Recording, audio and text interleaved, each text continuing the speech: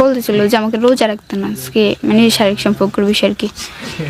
আশরাফ দরজা খোলো।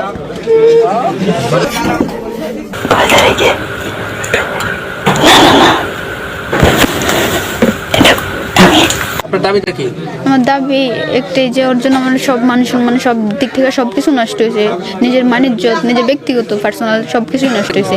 আমি শুধুমাত্র চাই যে ও আমাকে বিয়ে করবে, এটাই চাই, আমি আর কিচ্ছু চাই না।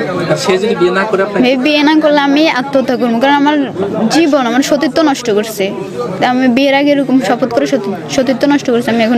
আমি চাই যে ও আমাকে বিয়ে করবে, আমার কিচ্ছু চাই না। আর আমাকে একটু বলছে যে আমি যদি ঝামেলা করে বিয়ে করি তাহলে আমাকে প্রতি সেকেন্ডে মিনিটে কষ্ট দেবে। আপনারা, আমি চাই আমাকে বিয়ে করবো, নাহলে আমি মারা যাবো। যদি আমার সাথে ওর সাথে বিয়ে হয়, আমার একটাই কথা থাকবো, ওদের ফ্যামিলির মানুষ আমার সাথে আসছে পর্যন্ত অনেক খারাপ ব্যবহার করেছে। আমি চাই যে মানে এরকম স্টেটমেন্ট নেওয়া হোক যে আমার বিয়ের পর অত্যাচার না করতে পারে। আশরাফ দরজা খোলো।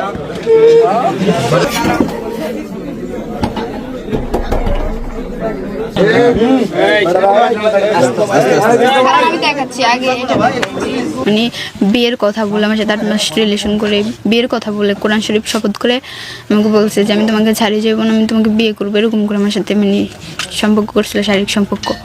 তারপর এখন ওদের বাসায় আসছি, আমার ফোনে ডকুমেন্ট ছিল, ওর আব্বু ওর আফু ওরা আমাকে এখানে দৌড়ে বাল্যর মাঠে ধাক্কা দিয়ে ফালায়, তারপরে মোবাইল নিয়ে তারপরে এখন ডকুমেন্টগুলো ডিলিট করেছে। তো এখন আছে সমস্যা নেই, এগুলো আমি নিয়েছি। ওর সাথে আপনার সম্পর্কটা কিভাবে হয়েছে? প্রধান ওর সাথে আমার বাজারে দেখা হয়েছিল, এমনিতেই মানে ফোন নাম্বার নিয়েছিলাম, তো এমনিতেই কথা হয়েছিল। ও আপনার নাম্বার নিছে নাকি আপনি ওর নাম্বার নিছেন? ও আমার নাম্বার নিয়েছিল। কতদিন আগে এই সম্পর্কটা হয়েছে? কতদিন আগে? 8 মাস। জি 8 মাস। 8 মাস। 8 মাসের সম্পর্ক? জি। তারপর কি সম্পর্ক কিভাবে চলছে?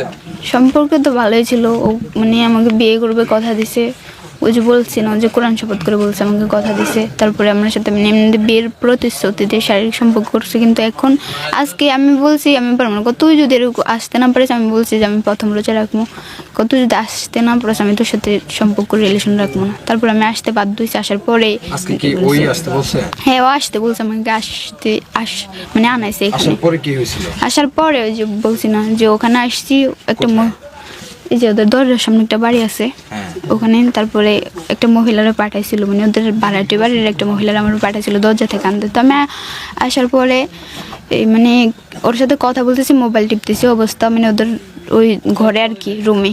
মানে ও আমার সাথে বলছে তুই যদি আজকে না আসোস, কিছু না করে তাহলে আমি তোর সাথে। আজকে কেন আসতে বলছে? মানে এই বলতেছিল যে আমাকে রোজা রাখতে না আজকে, মানে শারীরিক সম্পর্কের বিষয় আর কি। আচ্ছা আচ্ছা।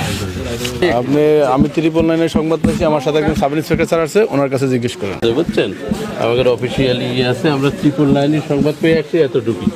যে মেয়ের কাছ থেকে যেই যতটুকু জবানবন্দি শুনছি, আর হচ্ছে যে ফোনের মধ্যে কিছু কোরআন শপথ করার ছবি এবং হচ্ছে ব্যাপকভাবে নগ্ন ছবি পাওয়া গেছে মেয়ের ফোনে।